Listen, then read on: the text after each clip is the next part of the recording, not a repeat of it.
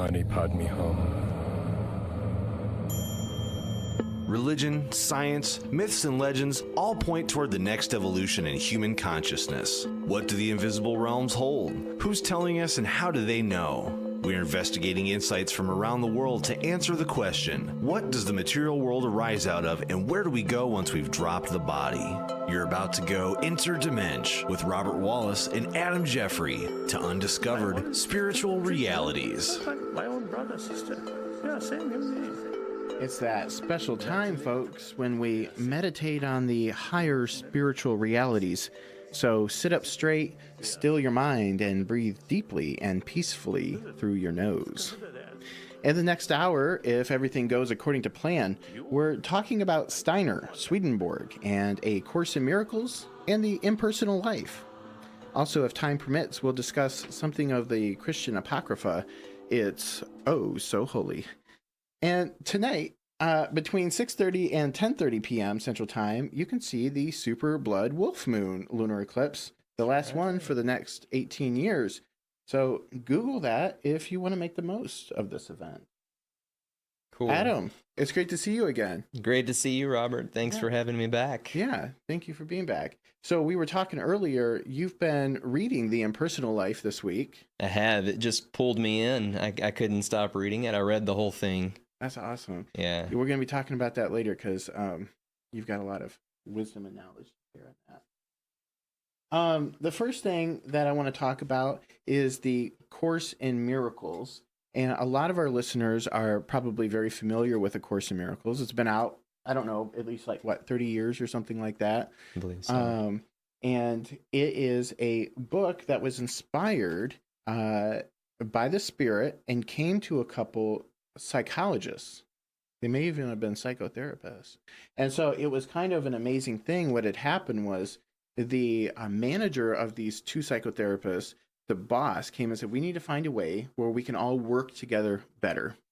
And so all of a sudden, one of these two individuals became inspired to start writing, and the writings turned out to be basically inspired by the Christ. At least that's who they've attributed that to. Right.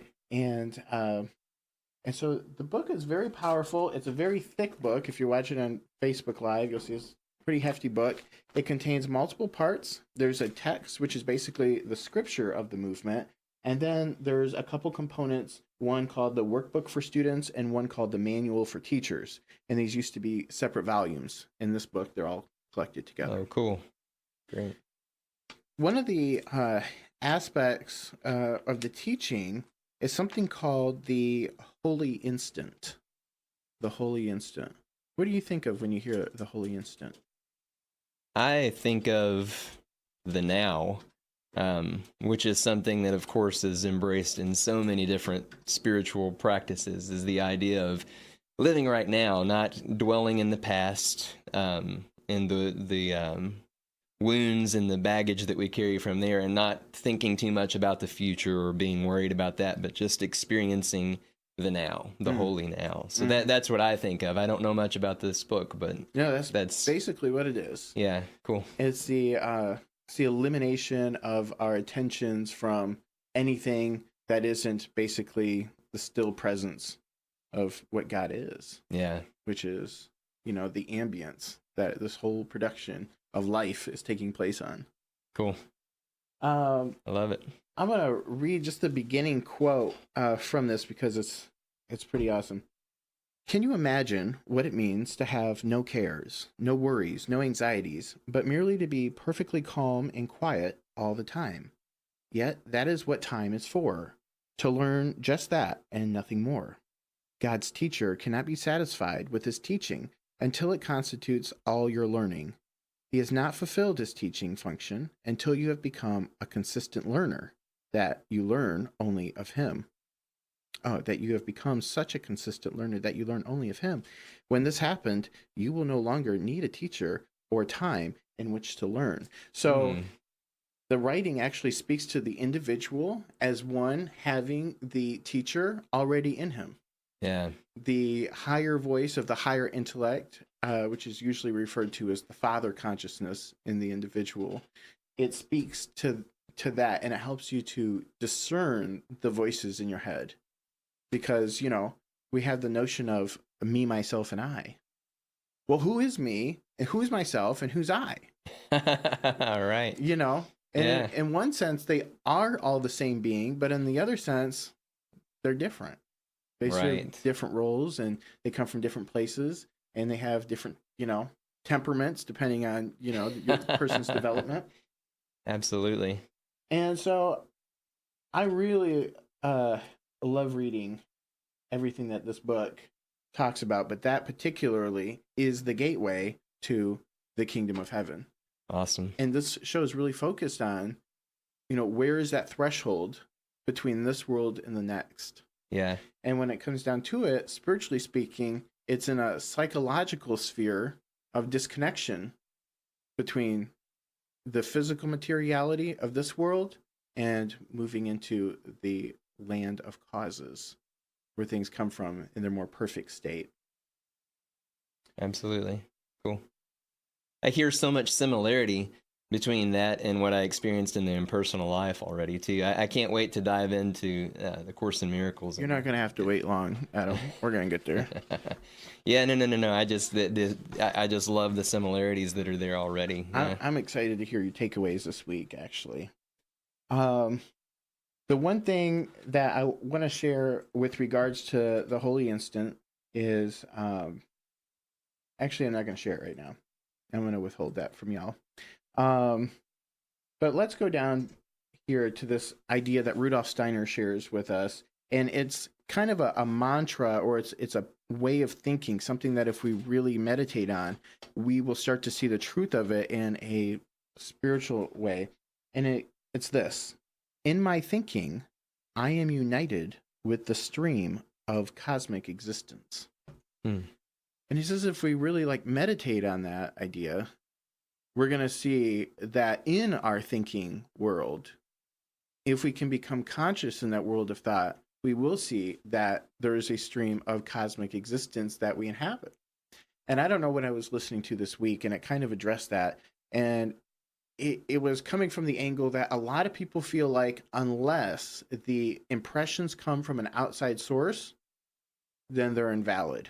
They're essentially then hallucinations or whims or notions of the mind, as opposed to objective fact that informs from without. And the idea of the teaching is that we create a reality with our thoughts, whether or not you like that your thoughts are real. Right. And that goes right down to an even more profound point, that in the spiritual world, after we've passed, we actually externalize our interior world. So what you're thinking now becomes exteriorized. It becomes manifested as an environment, as landscape, and as spiritual beings and entities and all of this sort of thing. Wow. And then our current world of memories interiorizes. So now we're in this world of thought, and then our memories of earth life have now become a faint memory. Just as right now, our spiritual existence between lives is a faint memory for us. Wow. Yeah. There's along those lines, since we're dealing with the subject of spiritual realities today and every day, there's an idea that Steiner talks about that relates to the nature of our thoughts with respect to what they are and how they reapproach us. So every thought that we have that has any kind of feeling attached to it is actually a vivified thought that becomes an independent spiritual being. And it becomes something like a pet, like a thought pet. And so what'll happen is you'll have this thought, for something, for good or bad or whatever it is. And you'll have these feelings, and it creates this being who now will reapproach the soul of the person from time to time in order to re-stimulate the thoughts so that it can feed off of the emotions that those thoughts cause you. Wow. Causing it to become bigger and bigger and more powerful. Right. And so a lot of thoughts that we have are thoughts that are residual thoughts that we've been kind of cultivating unconsciously. We could think of them as beings who are, wanting to be fed by this mechanism of thought and feeling. Mm-hmm. But what it becomes is, if it's a bad thought, it becomes like a psychosis or a neurosis. Right. It becomes this all-encompassing idea. If we think, oh, I can't do something, and we're feeling bad, and then the next day, here comes that notion, that thought, oh, I can't, it's really that being reapproaching us, re-stimulating us. Right. Unless, we re-stimulated on our own and voluntarily, feed the being. And then it becomes a little bit bigger. And just like a thought becomes more sure and grounded in us, so it's actually a being. Wow. Who's standing around us. So yeah, the idea is, if you want to get rid of those negative beings, then you take your attention off of them and put it on the ideas that you want. And in that way you starve it, and the being dies, it perishes. Wow. It Wow. skedaddles. So that's a good one. Yeah. It's amazing. Yeah. It's kind of a practical visualization for, Absolutely. escorting your thoughts around and Yeah. managing your inner thought life. Absolutely. Can I share one that I use? The Sufi mystic Hafiz, in one of his poems, he talks about the thoughts and the thoughts that we give energy to, and he talks about the negative thoughts as being intruders that are coming into your mind on ladders, that they're climbing into your mind on these ladders, and he talks about pushing the ladders away, recognizing the negative ones and pushing them away as they're coming in. And so that's been a practice of mine for a while, is to start to recognize those. And before they even get a chance to get there, as soon as they're climbing in on these ladders, as Hafiz said, just push the ladders away. So I find that as being very similar to the Steiner stuff you were just talking about. I love it. Yeah. How early in your spiritual walk do you think it was, or how late in your spiritual walk was it before you started to handle thoughts as significant? I think a lot of times in religion, we think thoughts are kind of secondary things, but there's what we know to do and what we should do, and thoughts have trivial worth. Man, they have been important to me for a very long time. I would say at least 15 or 20 years. And this goes back to even when I was in a more closed-minded and fundamentalist viewpoint, when I was kind of trapped in that for a while. Even then, I remember, the Bible teaching, or Paul said, take your thoughts captive and make them obedient to Christ. Mm-hmm. And to me, that was significant. I saw that as spiritual warfare, as it was termed in the circles of that day, which is the idea that there are some thoughts that are going to come in that aren't necessarily even my thoughts, So where are these coming from, and what's happening here? Are these, quote unquote demonic is maybe the way that I thought back then. I might think of it a little different now, but I did give value to the idea that some thoughts are not worthy of attention and others are very worthy of that attention. So to me, that's been a spiritual battle for as long as spirituality has meant something to me at all. Yeah. Yeah. And that's that for me too. You can't really have spirituality unless you're talking about thoughts. Absolutely. Being, the primary powerful. The battlefield. Yeah. Out of the abundance of the heart, the mouth speaks. Yeah. According to your faith, so be it unto you. As a man thinketh in his heart, so is he. Yeah, there you go. More. Jesus said, if you look at a woman with lust in your heart, you've already committed the act. There he is saying, your thoughts are way more powerful than a lot of people might think. Yeah. And that's an awesome point, because what Steiner talks about is that we see out manifested after we've crossed the threshold of life and death. We see out manifested the good and the bad severely manifested. So what little good you've done is shown in a glorious light, and we see spiritual goodness coming out of those things, and even the slightest negativities are creating negative forces. Right. And it gets really bad, especially when we're in a straight up rage. Absolutely, of course. So I like to think about that. Yeah, it's good stuff. Our thoughts as food for angels. Now, this is kind of might be coming out of left field for people, because they're thinking angels don't eat, we're not food, and even if somebody could eat a thought, why has nobody told us that our thoughts are being consumed by angels as food? And so, this is what's happening. So just like the plant world derives sustenance and nutrients out of the mineral world, and animals draw it out of the plant world, humans draw out of the animal world. For those people who eat animals, or if you just think about how we've, I would put that second to how we've evolved out of, our body, how we've evolved out of, these lower forms. But there's somebody above us who's consuming us for a type of food. Interesting. And these are angelic beings who eat our good thoughts. Wow. Yeah. And so Steiner compares the value of, a plant and its purpose to be eaten for an animal, and it discovering that its purpose really was to be consumed, as being as significant for it knowing its purpose as our thought life is to us knowing that our thoughts are designated as angelic food. That's kind of out there, but I'm going to sow that seed because we'll elaborate on that later as we stew on it. Yeah, it's cool stuff. Yeah. Let's talk about the impersonal life. You spent this week reading it.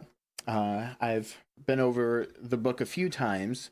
You're fresh on it right now. I want to hear some of the revelations and the primary takeaways, because very powerful. It just pulled me in, and I couldn't stop. I went into to research a little bit of everything that you said we might talk about this week, and that one really pulled me in. First of all, I had heard of it before, but mostly because of Elvis's connections with it, and I knew that he was completely obsessed with the book, and that it meant so much to him that he bought suitcases full of them and gave them away to people on a regular basis. And it is said that his personal copy of it was found with him when they found him passed away.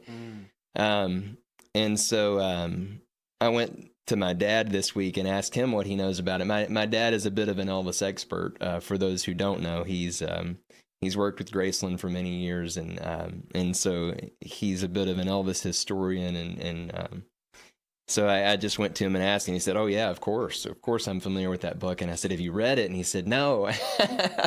And I said, "I'm going to. I just feel intrigued by it," and I did. And those who are watching, you can see that's it's a short read, it's a quick read, but it's deep and it's beautiful. And I was pulled in for a lot of reasons. I started to do a little bit of research on a little bit of everything, like I said. But when I got to the impersonal life, right off the bat, I found an audio clip of Wayne Dyer, who's been a big influence on me for a few years now, talking about the impersonal life and how much it has meant to him in his spiritual journey. And the instant he started talking about it, I was just like, oh, yeah, there's a lot of significance to this book, obviously, for a lot of reasons. But one of the things he said, this was a big epiphany for me this week. He was talking about the fact that it's 18 chapters. And he said the Bhagavad Gita is also 18 chapters. And he said, and that was one of the more influential books for him in his spiritual journey. And then also, probably the most influential book for him for his spiritual journey was the Tao Te Ching, which is 81 chapters, so it's 8 and 1 reversed again. And he said, so 18, 18, and 81. And then he started talking a little bit about numerology and about how... What's that now? Adding to 9. Yes, exactly. Yeah. How it adds to 9 and a few other thoughts about it, that 1 is manifestation, 0 being the creative energy in space where creation begins, and 1 is the manifestation of that, so the beginning in essence, and 8 being the symbol of infinity. And so you have the journey from the beginning to infinity, which is the 1 and 8, and then of course adding up to 9 and all of these things. And I was like, wow, this is really, really intense, cool stuff. And that night that I heard that, I went to bed just kind of meditating on it and chewing on it, and I just couldn't sleep. That's awesome. And as a musician, something profound kind of hit me. I was like, wow, all of music, the way that we understand it in the Western world, our major scale and the way that we communicate with each other when we play a song is based on a number system that is essentially 1 to 8. And after 8, it all starts over again. So if you think of a major scale, 1, 2, 3, 4, 5, 6, 7, 8, and 8 is the same as 1. 8 is 1. So that's an octave. And so interestingly to me, I was like, this is pretty cool because you have the alpha and the omega, the first and the last, the beginning and infinity, not the end, but infinity because it just keeps going on. So just like a major scale, once you get to 8, it just starts over again and 8 becomes 1. So there you have infinity before you in music. You know, it's as if God built it into music to tell us, you know, this is what infinity looks like. The journey is from 1 to 8 and it just keeps going, you know. And I was like, my mind was just blown wide open. Yeah, I mean, 1 to 8 equals 9, which in Pythagorean numerology is the end of a cycle, and that begins a new cycle. So where you're talking about 8 and 1 come to 9. So, I mean, it's sort of the same thing in a different way.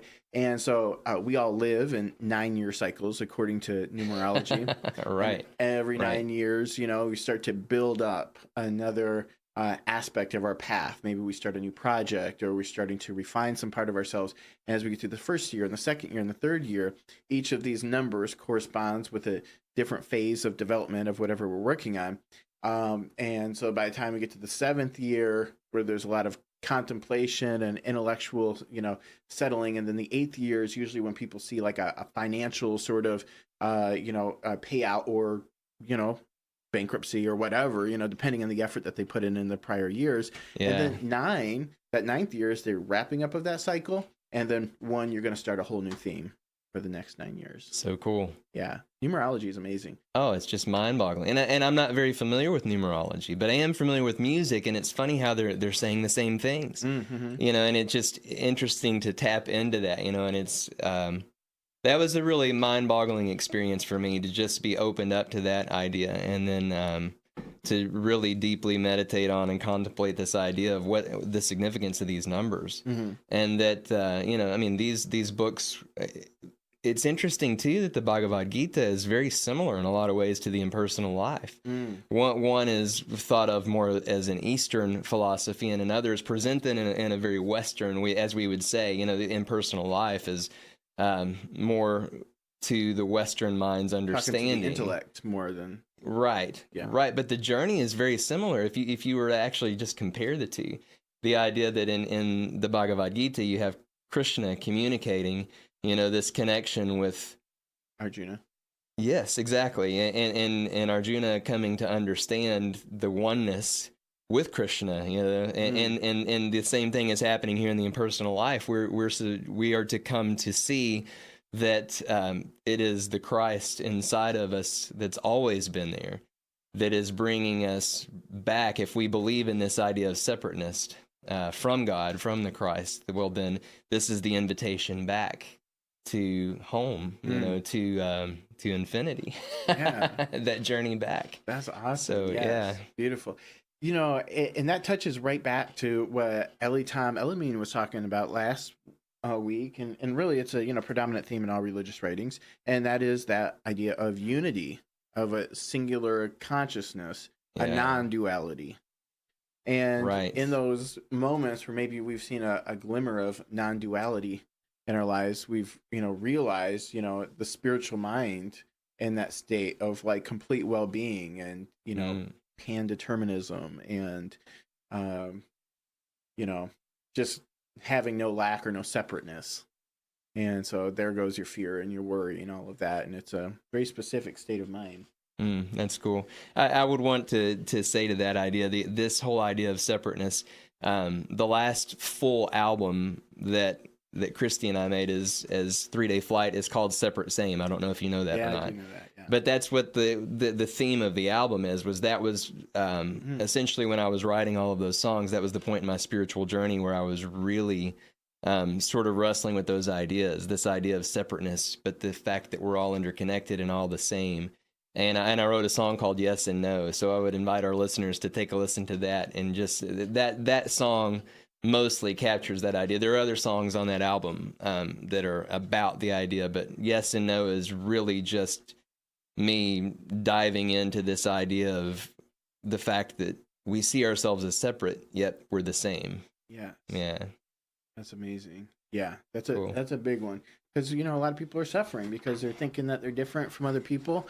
People think, and this is a point that I really want to bring up real quick, is when we think that we're different, or we say some lie. It's kind of a lie, I think, that everybody's different. Everybody feels different, and in some way that's true. Because we're prompted and we're stirred by different things, and other people are unmoved by the same things.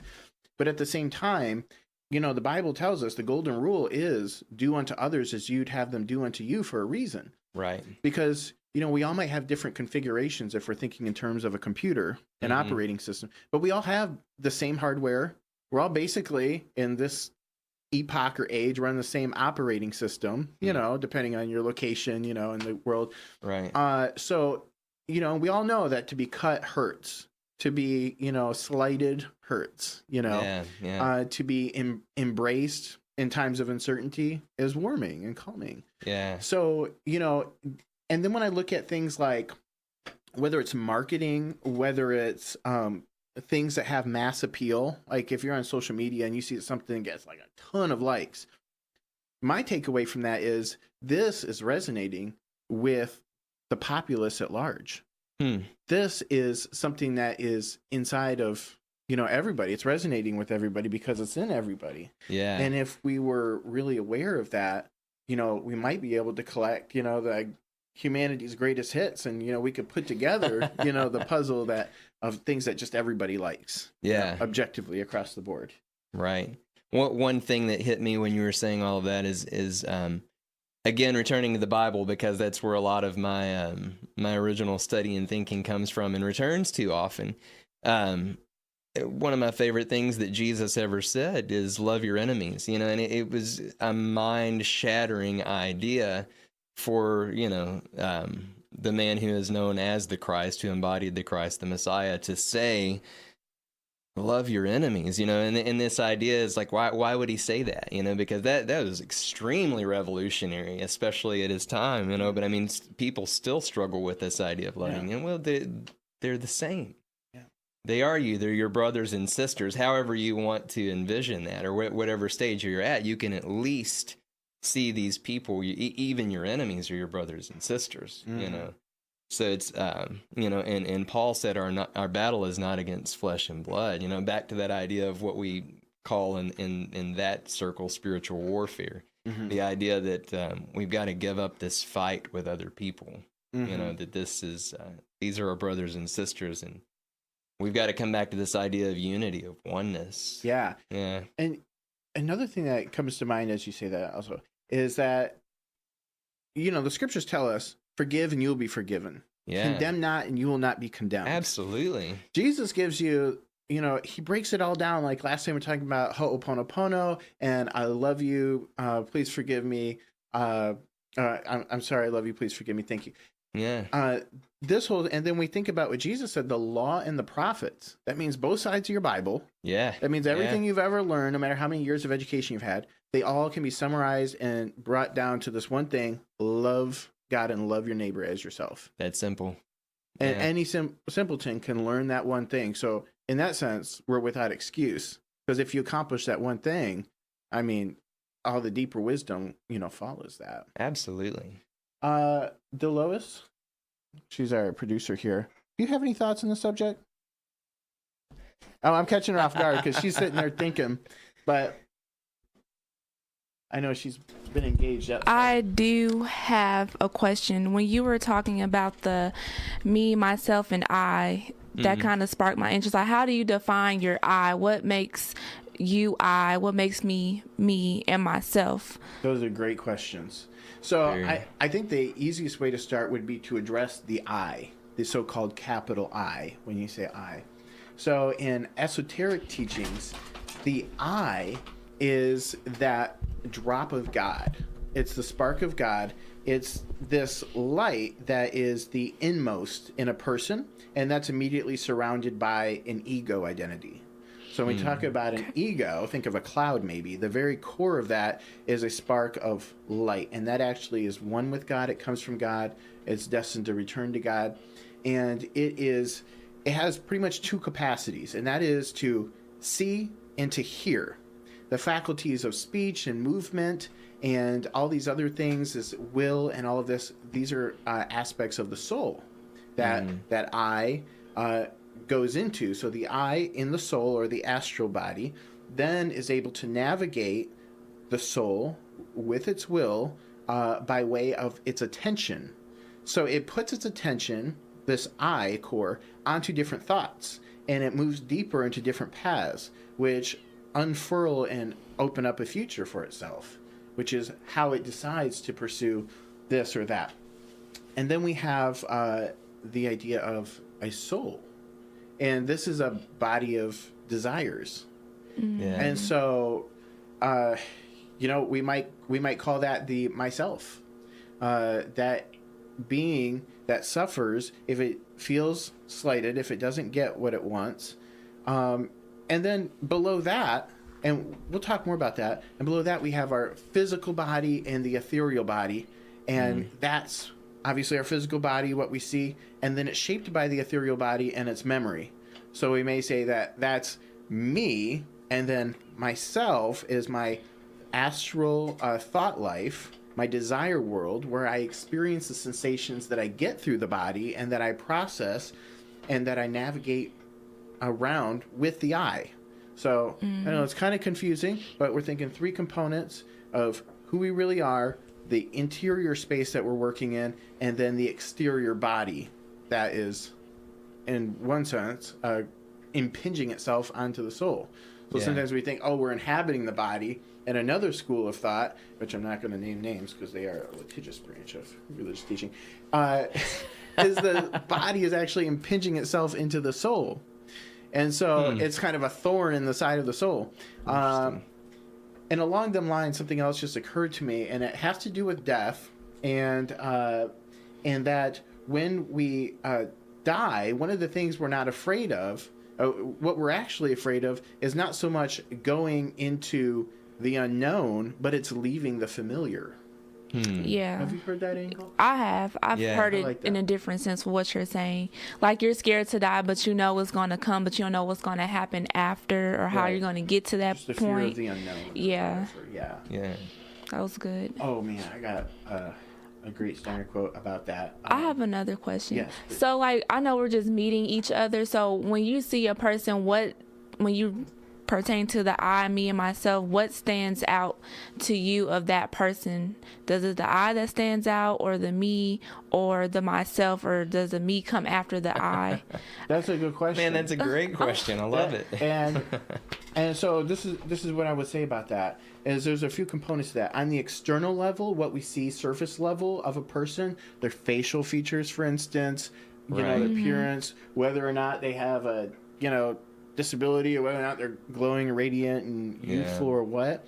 These are characteristics of the internal world. So in Chinese face reading, for instance, we're shown how we can see aspects of the soul in the physical body. So if somebody has a big forehead, for instance, which you got a good sized forehead. I do.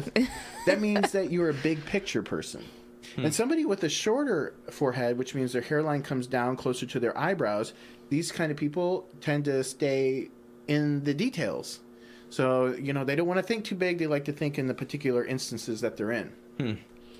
And so culturally and, these other aspects of our physicality, they are symptoms of our spiritual development, where we are in this incarnation. When we think of people like what we were just saying, do unto others and all of this, I mean, that is the common denominator. That's the I that is in everybody. Right. That's the I that loves unconditionally, that is loved by God, that is a piece of God, but it's so obscured. And each person will see variations of that obscuring, because different kinds of thoughts, desires, traumas, wants and preferences, and levels of selfishness or selflessness, and so that will affect how clear we see into the person's soul.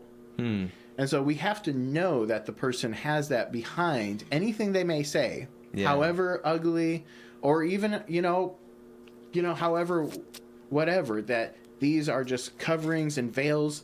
And it's like Solomon says, all of life is vanity. Right. All of this I can exterior. see that. And Yeah. so I haven't heard that one before. Right. That's a good one. Yeah, that's my thought on that.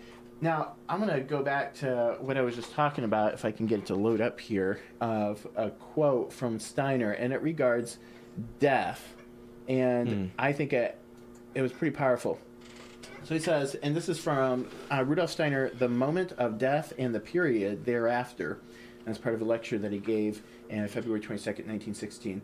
And it says, here on Earth, death has a terrifying aspect, only because we look upon it as a kind of dissolution, as an end.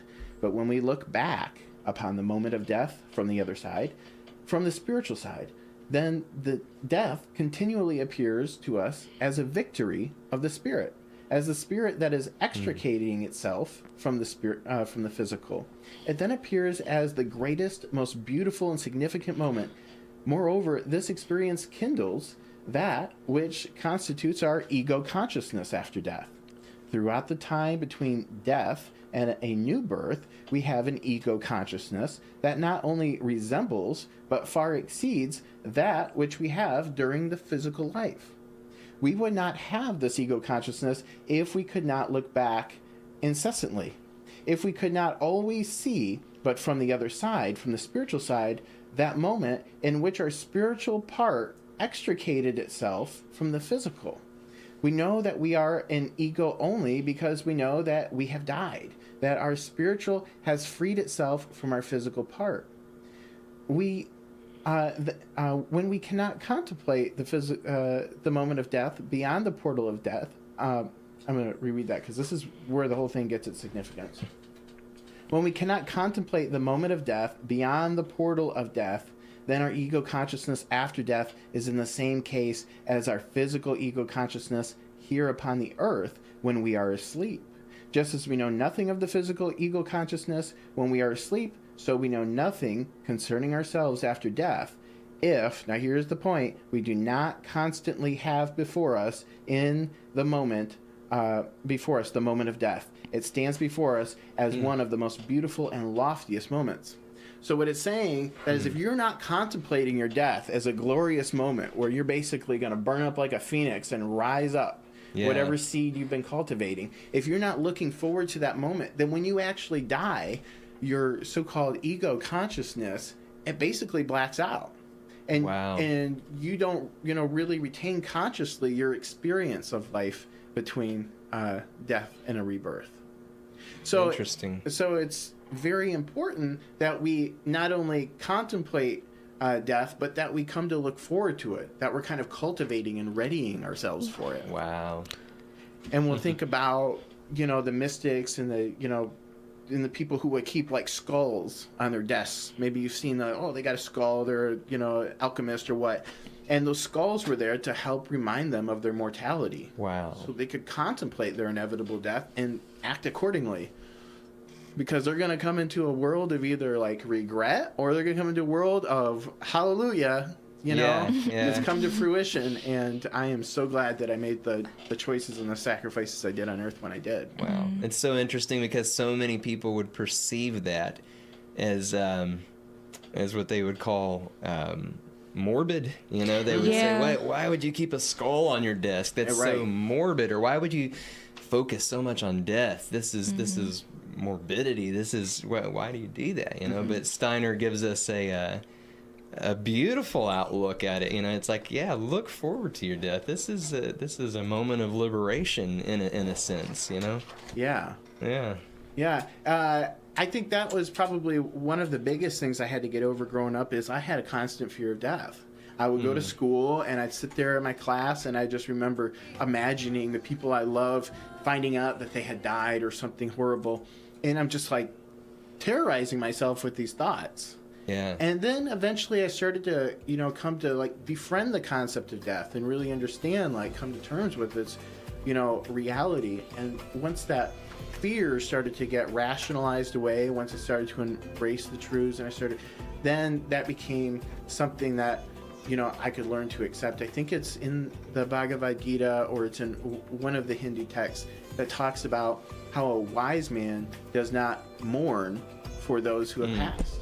Right. He doesn't feel bad that because somebody has passed. Steiner talks about that, Yeah. It's like nothing will change for you if you've cultivated yourself, if you've crossed the threshold of death and, attained clairvoyance and initiation in this life. The only thing that's going to change is for the people around you who don't see you and imagine maybe you're lost or, feel pity for you. But you're better off than ever before. Yeah. I want to add one thing to that if I could. Again, back to the Bible, one of the most reiterated commands in the entire Bible, and a lot of people don't give this attention, but one of the most reiterated commands in the entire Bible is fear not. Mm-hmm. Do not be afraid. Yeah. Over and over and over again. You see it, and it's particularly encounters with angels. Mm. And a lot of times that's, I think people think they would freak out if they had an encounter with an angel. Oh, and the angel says, fear not. Do not be afraid, But Jesus said it over and over again as well, and it's reiterated through the Bible literally thousands of times. Do not be afraid. Yeah, and I think what goes hand in hand with that idea is people think, well, if fear was optional, nobody would be fearful. Well, the Bible says a couple things, and one of them it says is there is no fear in love, because fear has to do with punishment. He who fears has not been made perfect in love. Exactly. And basically what that's saying is our sins have separated us from God. The guilt that we feel because of our sins have created the knowledge that we need to be punished, disciplined, and then therefore we're afraid. Yeah. Because we know that what's coming for us, we deserve what's coming for us. And there's stuff coming for us. So the more that we purify ourselves and we let go of, the sin nature, the more at peace we can be when we're in otherwise scary situations like, interdimensional beings approaching us, even though they have a mantle of loving peace around them. Of course. Yeah. It's our own fear. It's like we see people who are guilty of a crime and they just act all erratic and everything. Yeah. And they self-sabotage and they're all weird and you're like, what's going on in them? Yeah. Because the conscience, is impeding their ability to feel peace. Exactly. That's deep and amazing and beautiful stuff, and I love that goes back to too. I mean, you hit on that idea that it comes back to our idea of our separateness from God. This idea of our sin that has separated us from God, and it goes all the way back to the story of Adam and Eve, the tree of the knowledge of good and evil, the introduction of duality. The idea of separating the good and the evil and seeing what's quote-unquote bad and what is quote-unquote good, and that we are bad and that we have this sin and all these things. And again, it all holds hands with what all of these spiritualities have been teaching all along, because a lot of times we think in again, what we call the Western mindset, that we don't wrestle with duality as much. But it's right there even in the scripture that most Westerners hold, which is the Bible. It's right there at the beginning, that when quote-unquote sin is introduced to the world, it's through the tree of the knowledge of good and evil. And again, that's talked about a lot in the Impersonal Life as well. That's a good point. That's definitely a loaded topic. The tree of the knowledge of good and evil. Yeah. What did the knowledge, do to us? Ignorance is bliss, they say. Right. And all of a sudden now you know these things and you start to condemn yourself. You start to, have crazy thoughts. And so we need to get from the place of being innocent to knowing what is sin, to even, reaching rock bottom and then building ourselves back up. Right. To innocence in spite and in light of what we know about the sin world. So we need to come back to that unity consciousness again. Yeah, it's beautiful. The Impersonal Life talks about this, very famous biblical line. It says, "Be still and know I am God."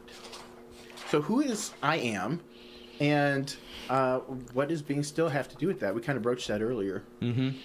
You want to...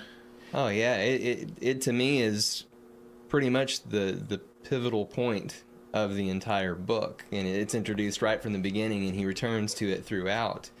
Is the idea that as you work through the book that we call the Impersonal Life, that part of what you're doing is you're meditating on the idea that of course comes again from Scripture, but you're meditating on it and trying to get a deeper understanding. And he talks about putting the emphasis on the different words in different ways as you meditate on it. Be still, and in your stillness, know, emphasis on know. Don't just believe it, don't just think it, but know, I am God. And here you have all these emphasis again, as you meditate on it each time, exactly. Keep your thought focus on what you're emphasizing. Yeah. If every time you read that sentence, you emphasize a different word, be or still or know or I am or God, another angle will come out of that. And it goes back to what Dolores was talking about with who is or what is the I. And since that I is essentially the Son of God, S-U-N, S-O-N. Right. Okay. We know that is of God. And just like Jesus said, I am in the Father and the Father is in me. And so that's why they seem to be synonymous. So on one hand, we say, well, Jesus wasn't God, but God was in him, which made him de facto because they were one. Right. Jesus said, I'm not good. Somebody tried to say, oh, you're a good master. So no, only God the Father in heaven is good. Yeah. So he's rebuking this idea that he himself is the divine element as being recognized by the people. But in fact, it's that spiritual core that is inside of us, that is not of us, that is not our own, but it is the Father's.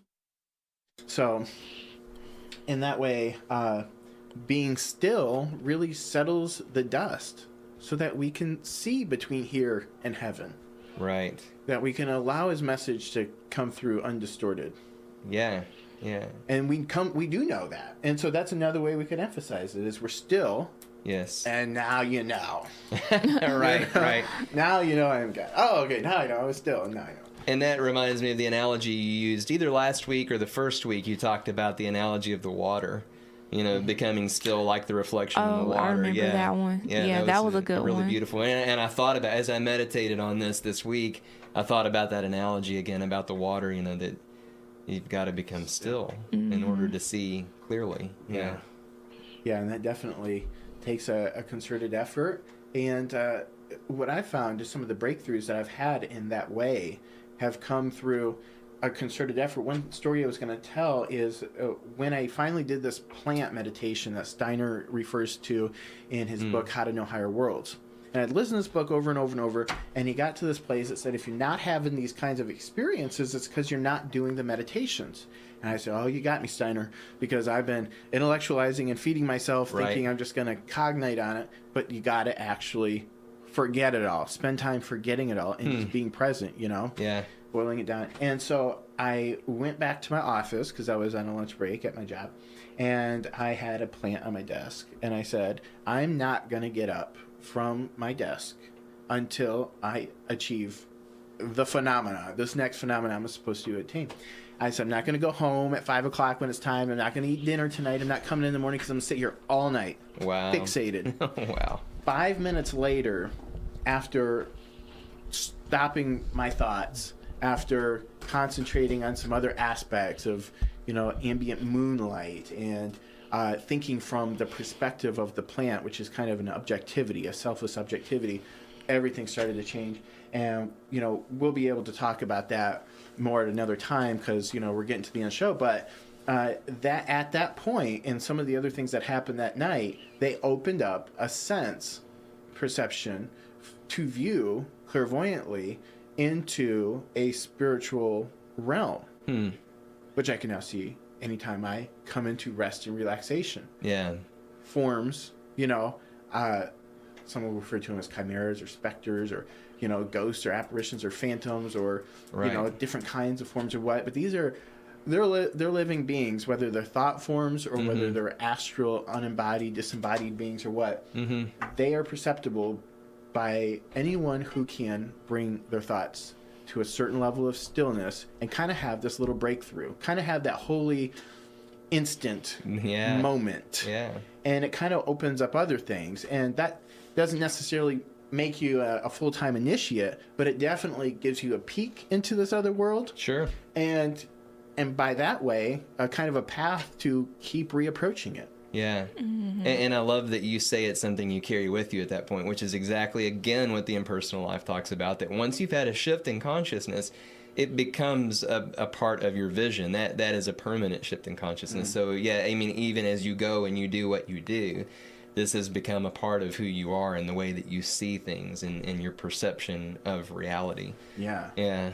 Yeah. And I think that, is probably the biggest thing that turned me on to Steiner, is because I was looking to have the subject of the kingdom of heaven treated as a spiritual reality and not merely as a fairy tale, fantasy, futuristic.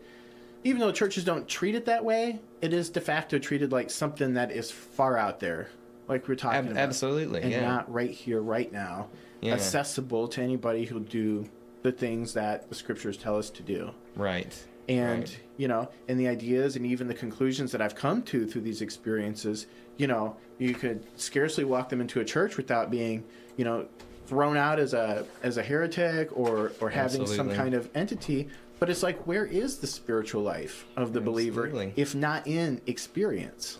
Correct. Again, that brings us back to day one, the very first thing we talked about. I mean, Jesus himself was talking about the kingdom of heaven as if this is a present thing. This wasn't a pie in the sky someday, good little boys and girls get to go to heaven. He was saying right here, right now, again, we're back to now. We're back to the holy instant. Or what was it again? The instant. The holy instant. The holy instant. Yeah, we're back to that again. The now. Jesus always talked about the kingdom of heaven in the present tense. Yeah. And experience it now. You know what I think it is? I think we're afraid to talk about this like this because it almost feels incumbent on the person bringing it up to have, be the pioneer. Okay, well, if you're going to say that it's happening right now, are you yourself in the kingdom of heaven? Well, having had many interdimensional experiences, that's enough to cue me in on I'm on the right track, experientially digging deeper and expanding things. But the problem is, even if we haven't, we can't keep this out of the churches. We can't keep the discussion stifled. Right. This is keeping people who would aspire, even if as a pastor or something, somebody hasn't attained whatever spiritual level, they certainly shouldn't put a damper on other people's experiences and their spiritual walk. Absolutely. There's a lot to be said for, protecting them from illusions of the devil and things like that. But at the same time, we need to remember we're here to cultivate a spiritual cognition. Right. Not just to wait for it with their sitting on our hands. Exactly. All right. Well, beautiful. Enough of that because we'll come back to it next week. We're getting ready to wrap up the show. Next week, we're going to be discussing all new topics, including maybe some of what we were talking about today, but we'll be talking about the mystery of Golgotha, which, if you don't know, that's the name of the hill that Jesus was crucified on, and the significance of his blood flowing and hitting the earth, and what happened in that moment that changed and split history. And we'll discuss ideas that individuals like you that are listening right now are sending over to Robert at newprecept.com. Adam, what do you think about the mystery of Golgotha in short? Actually, Adam, I want you to save that thought because we're getting ready to get off the air. Yeah, we'll save it for next week. Yeah. It's going to be fun. So I just want to remind everybody to like and follow us on Facebook at facebook.com/spiritual realities. That's realities, plural. Newprecept.com. You can go there and sign up for the mailing list. Send any ideas to Robert at New Precept. And we're on Spotify, iTunes, and Facebook Live. Absolutely. Also, 3dayflight.com, imaginevegancafe.com. Good food. Check us out. Thank you so much. Well, thank you, everybody, for listening, and we'll talk to you next week. Serving Tennessee, Mississippi, and Arkansas. The latest news stories are here. This is KWAM Memphis.